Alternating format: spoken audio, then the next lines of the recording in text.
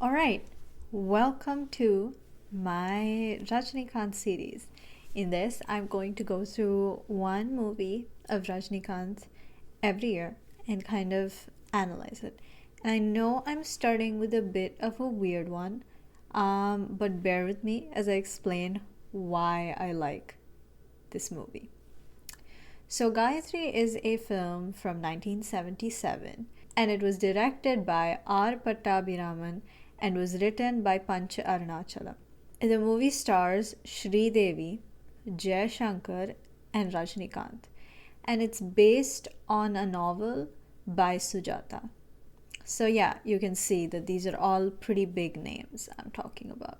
So, I am a massive Rajini fan. In fact, I do like a Rajinikanth marathon every year for his birthday. And every year I try to watch at least one movie that I haven't watched before. So, this year I decided to do Gayathri, a film that I hadn't seen before. And then when I looked into it, it was very weird because I really liked it and it was like a new experience for me to watch it.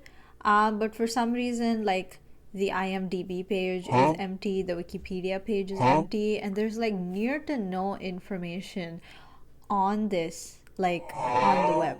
But for me personally, this was a very interesting movie. So I was kind of confused why like no one else was talking about this. So I decided to take it upon myself to kind of sit down and analyze this film and explain to you why I think it's so interesting. So from a historical perspective, Gayatri came out at a weird time.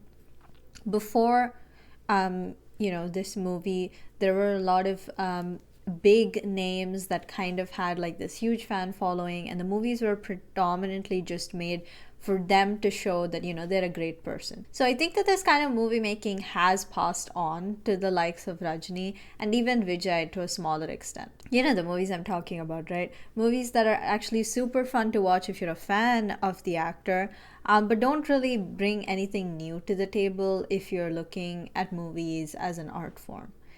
But I think that during the late 70s, we started to see a shift in Tamil cinema.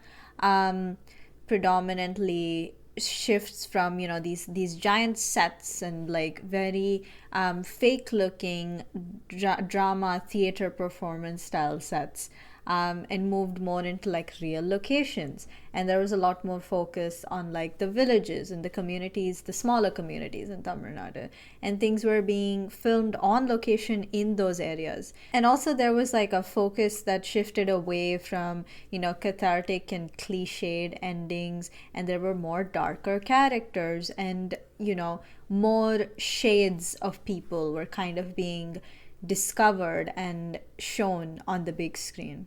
I think one of the great examples of this obviously being Padanaru Vaidhanile, a movie that did very well and actually launched the careers of a lot of people. But here's the thing, movies like Padanaru Vaidhanile perfected this craft, whereas I think Gayatri is more of a transitionary phase for this.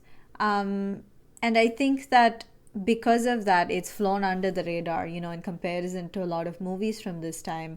But I think that it's still an interesting thing to look at, from a critical standpoint. But before that, let's talk about the book that this movie was based on. So I read this book and I have some thoughts. So from what I can tell, this book was essentially written as a periodical. Like it was like a story that was told in like pieces throughout a series of weeks, in a newspaper called Denamani. And because of that, a lot of the book starts with these refreshers on what happened before. Like it was like it's like a previously on like a serial. And I think that that's kind of detrimental when you're reading this as a novel, because you just feel like they're rehashing all these details that you already know. But I'm going to give it some leeway because, again, that was the format in which it was published. Still, I think that instead of focusing on the actual, writing in this book, because I don't think I'm equipped enough to talk about Tamil literature, let's instead focus on the parts that can help us better understand the film. So, an interesting thing I found about this is that there's a little introduction that's there in this book. And in that introduction, Sujata tells us that he got a lot of like hate mail that when this movie was released, because apparently people were mad at him for letting this become a movie. And then he also states that it's kind of funny to him that at the same time, the person who wrote this is getting a lot of praise for bringing such a bold idea to the silver screen. I just think it's kind of funny that, this happened, because it's so weird that, the people are actually calling out Sujata for the film itself. And I also think it's funny that Sujata like brought it upon himself to actually write that in his introduction. So the plot is the part that, this movie gets the most criticized for in comparison to the book. And the biggest thing being that the main character, which is not Gayathri in the book, but it is an author who finds Gayathri's journal in like an old bookstore, who finds it, reads it, and then, goes and finds somebody to help him save this woman. So that's how the book is set up. But this is not the case for the movie. The movie starts with Gayathri getting married to Rajaratnam. That's what the movie starts with. So why is that the case? Why did they omit the main character in the book in the film? I think that there's a good reason for this. So the reason why the main character exists in the book is because the book is actually written in the form of a journal. Like, you're reading all of the things that are happening in this house as forms of journal entries in Gayathri's diary. But, that's not required in the film.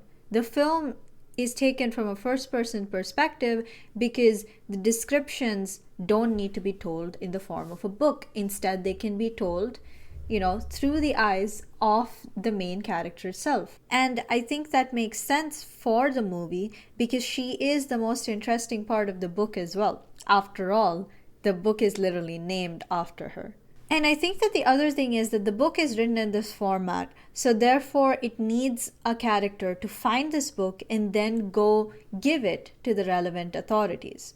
Because there isn't a journal that we're reading, I think that the lawyers discovering it themselves, is enough of a suspense. We don't need the added suspense of, having someone else discover it and then, going and giving it to Ganesh and Vasant. Another part that I've noticed that's been criticized is the ending of this movie. I think it's also criticized for the book, honestly. People consider the book's ending to be a little bit too cinematic, a little bit too obvious. It's like, it's not realistic enough. And I think that the ending of the movie is often criticized for not being accurate to the book. And I think the truth lies somewhere in the middle. I think that the ending in the book is very cinematic. It is kind of like, it's just a happy ending because. Whereas I think that the ending in the movie is kind of sad. I think it's too depressing for this subject. I think that the ideal ending for this is somewhere in the middle, Still have a struggle, still have, a serious conversation like the movie, but I think that it should also have an ending where women who are victim of these kind of circumstances do have to learn to live with the situation they're in.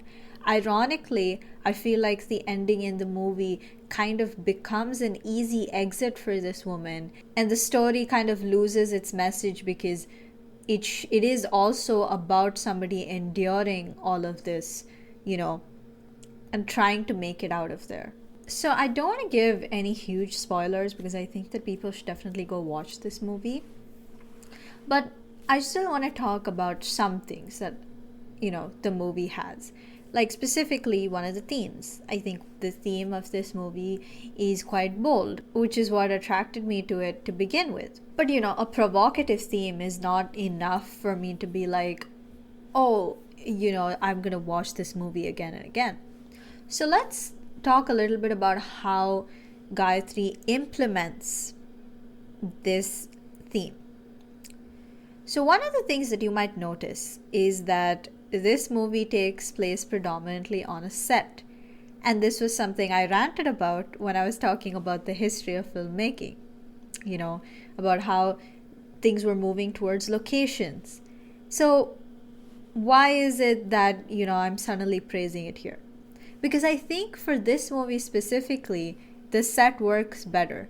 There's this feeling of entrapment from the beginning of the movie. It starts with somebody being forced into like a marriage. And then it continues throughout this movie about how you feel like this woman is truly weirdly caged in this house. And because this movie was filmed on a set, they were able to use a lot of, the customization that comes with that to their advantage to really drive home this point. Next, I think the movie's setup is really short and sweet, right? It's a 16-year-old girl who gets married, barely out of school, and goes to live with her in-laws. Now, granted, this, setup is very verbose, but I think this kind of wordy dialogue was a product of its time. And while this was fixed by later directors, there was a phase in between where, this was just replaced to the narrator. So I don't think this would have changed much regardless of who, this kind of movie had taken inspiration from. As soon as we get to the house, some cracks, start to show in the foundation of this household. I don't want to go into too many details here because, again, like I said, I don't want to spoil the story for you guys and I want you guys to go watch this movie. But I still think that this is like apparent to the viewer from the beginning, even if Gayathri doesn't catch on to it immediately. I also think that the reason for that is because of the way this movie maintains that level of discomfort throughout the movie. Gayathri is not only adept at using a single location to keep this feeling of being entrapped, but it also helps in showing that things are not what they seem in this house. One of the ways this film accomplishes this is by creating these very strange rooms that happen, throughout the household. So let's look at one example, right? This is a scene from the movie where the couple share their first night together, as a couple. So the first part that's really weird, that stands out immediately, is that their bed is on a stage. Why would that happen? That's such a weird thing to happen. And second, there are no windows in this room. Like, you can't see any, which kind of gives this added, feeling of claustrophobia. Next, let's look at, the art that's in the room. This first one looks like it's one that's showing religious harmony, but the doll-like faces are kind of eerie. Next, there's this painting of a man and a woman in what seems to be kind of an unbecoming position. And finally, there's this sculpture of a woman disrobing. Now, all of these things do tell us what's going to happen in the room because this is their first night as a couple. But there's also this question of why why are all of these weird lewd photographs and things in their bedroom? And specifically, why is their bedroom on a stage and why are there so many lights in this room? And this theme of lewd imagery kind of continues throughout the movie to kind of clue you into what's going on in this household. However, I think that the primary source of discomfort in this movie is actually the two antagonists in this film. Let's compare and contrast Rajaratnam and Saraswati. Rajaratnam is portrayed as an unorthodox husband, a feeling that, a lot of people might find appealing because he's very forward thinking and generally doesn't have very traditional values. Now, this part is nice, but I will say that his forward thinking kind of goes too far.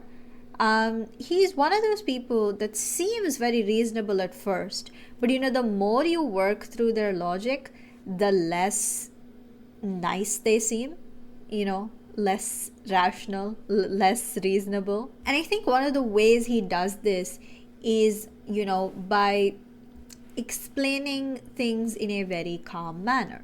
Like, for instance, this is how he explains why his sister wears nice clothes at home but wears, widowed clothes outside the house. ஊர் உலகத்துக்காக வெளியே போகும்போது வெள்ளப்புடவை கட்டிக்குவாங்க, வீட்டில் இருக்கும்போது நல்ல dress பண்ணிக்குவாங்க. இதில் என்ன தப்பு? சின்ன வயசுல விட ஆயிட்டாங்க, அதுக்காக இந்த மாதிரி சின்ன ஆசைகளை எல்லாம் நிறைவேற்றிக்க கூடாதா? Now this is a decent enough, reasoning, because obviously this woman was widowed very young, and it's kind of a nice sentiment to let her at least dress up happily in the house, without facing the repercussions of unfortunately losing her husband too soon. But the thing is that Rajaratnam uses this calm tone throughout the film to even excuse other things. So, like, there's this scene in the movie where Gayathri gets upset that the whole family drinks alcohol in the hall, including the women, not just the men. To which Rajaratnam responds, ரொம்ப நல்லா இருக்கு, உம்ம நாட்டிங்க குடிக்கிறத இப்பதான் பாக்குறேன், இப்படி வாங்க. இதுல என்ன தப்பு Gayatri? That's fair. That's a fine sentiment. I don't see anything wrong with this reasoning. But then he proceeds to say, பழக்கமாகிறதுக்கு முன்னால ஒரு மாதிரியா தான் இருக்கும், அப்புறம் ஜாலியா இருக்கும். Now this is the issue. There's nothing wrong with saying that alcohol or drinking alcohol is bad just because women do it. I think that saying it's gender barred, especially when it's not seen as a bad thing for men to do, is a very good thing to think. The problem is that he expects Gayathri to give up her personal morals for him. And he does this by explaining things in a calm tone that are seemingly logical and reasonable, and then trying to lull her into this false sense of security to start slowly giving up her morals. This twisting of the narrative to suit Rajaratnam's needs is essential in his kind of devolution throughout the movie. You see this transformation happen with Rajaratnam, right? Which is very similar to what I described right now. In the beginning, he makes reasonable points that people can't, deny. And then as the movie keeps going, his reasoning becomes more and more strained, and you just start to feel like he's a very manipulative person. And I think one of the biggest reasons for that is Rajinikanth's performance. He's really good at playing this calm but scheming type of character. And he sets up this seed of doubt in Gayathri's head very early on in the film. And that, doubt kind of permeates to the viewer as well. And I think that the thing is that this movie has a lot of things that are very odd about this house, but then there's plenty of things that are very normal about this house. So then it kind of sets you up for this, like, weirdly trippy experience yourself. I think that Sarasu is supposed to represent the stereotypical lousy in-law. She's not painted in a positive light from the beginning of the movie.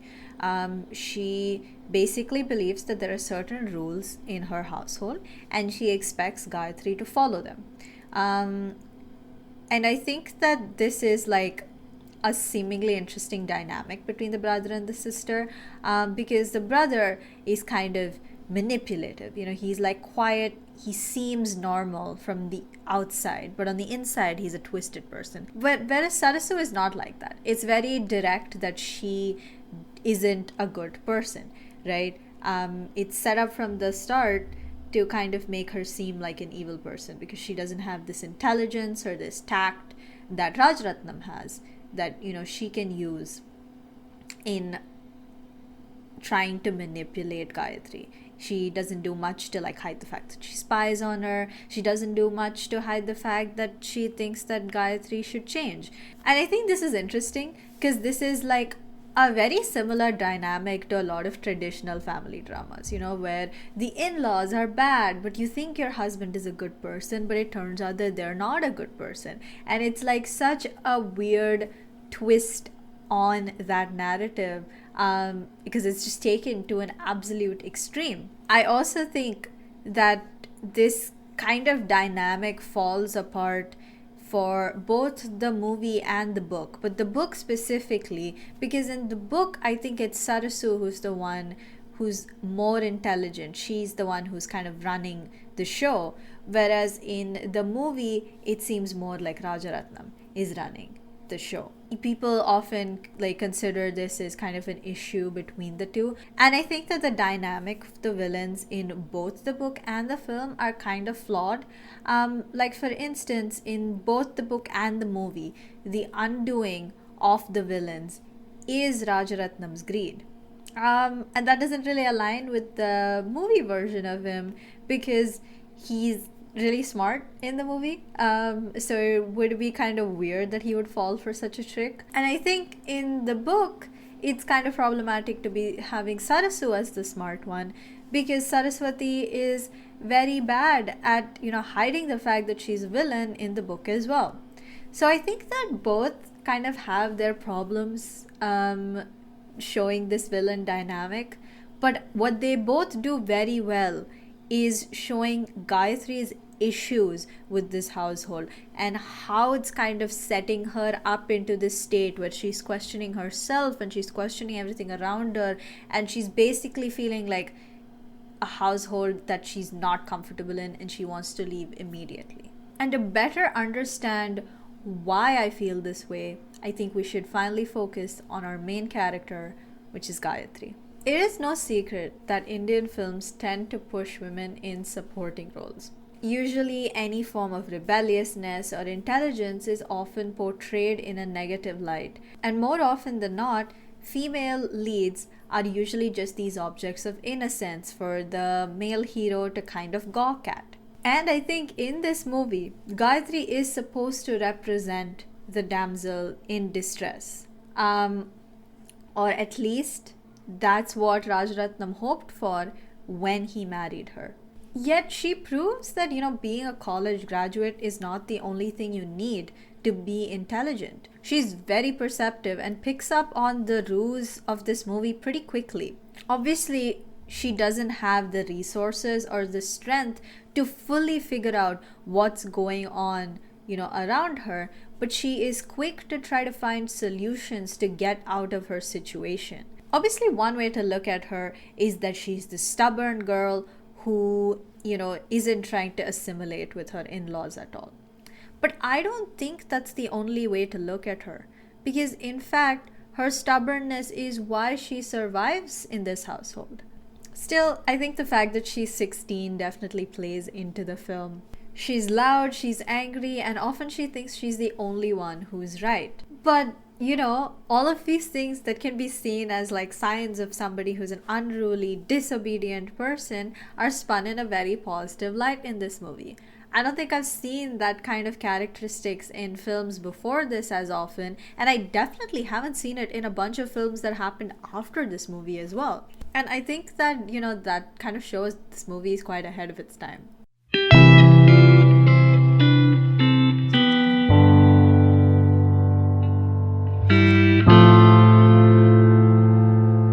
Is Gayathri a masterpiece? No.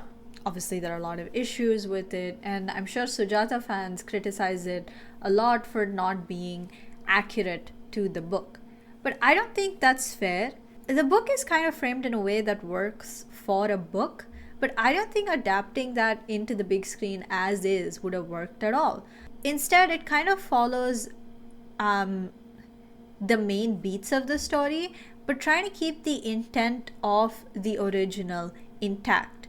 And I think that it works very well for this because the focus is still on Gayathri, and she is the most important part of both the book and the movie. So I do think it does the book justice in that sense. I don't think this is the only problem with the movie. I think that while the setup is simple, it does kind of cause some criticisms, because what kind of parents would just give up their daughter to some random guy? Wouldn't they have done a lot more background research before, saying yes to this? And I have to say that it's mighty convenient that Ganesh and Vasant were somehow able to find Gayatri in this giant city. Like Chennai is a huge place. It's not easy to find someone, regardless of how many contacts you have. Still, I don't think this movie is, exciting, or I think it's a classic because of any of these reasons. But I think the reason why this movie is interesting to me is because this movie came out in a time when Tamil cinema was in this transitionary phase. So it has all of these elements of what could be considered outdated at the time, but it also has all of these elements that can be considered